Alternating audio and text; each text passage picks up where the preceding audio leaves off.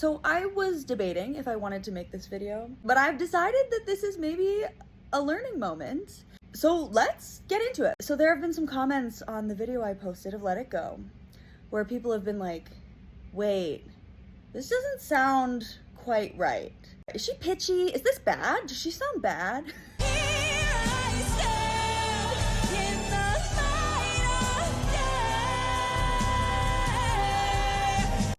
I mean, for my money, I think I sound pretty darn good on a notoriously challenging song, but I think these comments are getting at something bigger. We gotta talk about audio engineering. Here's what I know. This video of Let It Go is a raw live audio track, and that is why it sounds the way it sounds. So let's talk about what that is. Also, we're between shows. Forgive the blue eyeshadow. So I think most people understand like the fundamental differences between a pre-recorded, auto-tuned, sound mixed vocal take like we would get, you know, on an album. The difference between that and like a live vocal performance. Obviously, we know there's a difference between those two.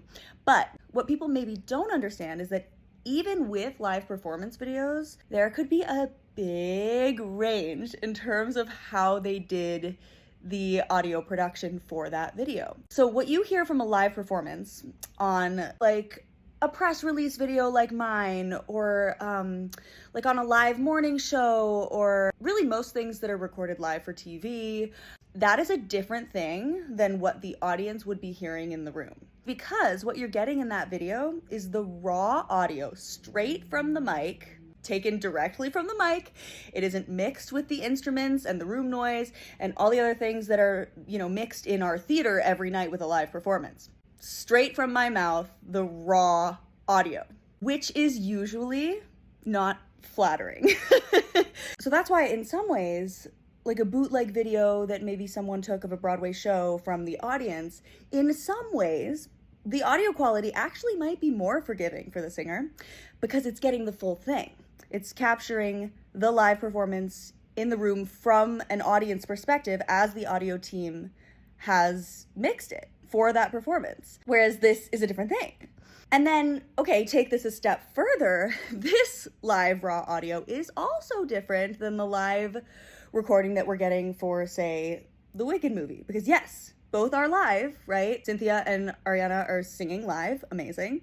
But just because something is live doesn't mean it still can't go through lots of audio processing. They have taken that audio and mixed it very, very, very, very well for the movie and for the soundtrack. And this is even true of live performances you see in like big fancy events like the Oscars. So like even though Idina Menzel did sing Let It Go live on the Oscars, that was definitely not a completely raw feed that we heard on our TVs. They certainly had a sound person there, constantly live adjusting as she is singing, you know, compression, reverb, EQ, making sure her levels are good in tandem with the instruments and the room noise. And I don't know about for this performance, but even auto-tune can be done live, right? So all this to say, when you see a video of a live performance, you might ask yourself, does that sound a little weird because the singer is bad or untalented?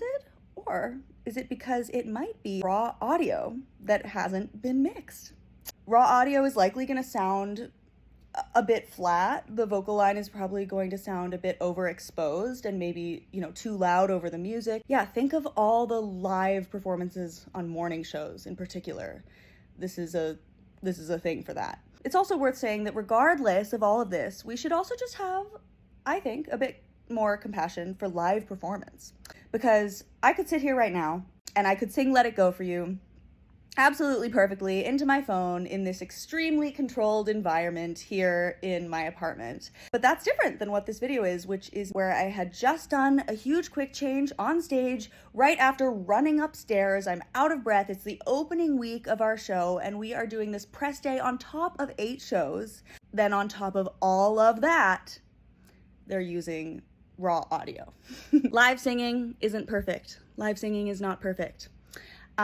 Let's get on board with this notion. I actually would argue that this is what makes seeing live singing and theater in person so exciting. But just know that when you're seeing live singing through a video, you have to understand that that's not the same experience as what people are experiencing in the room, in that theater, in that space. Because it's mixed for that space, maybe, but it's certainly not always mixed for the video. This is how I understand it. I am not an audio engineer. It's one of the most complex and challenging professions in our field. Audio techs are amazing, and thank God for them. And I hope this just gives a bigger, greater perspective on audio processing and live performance. Love ya!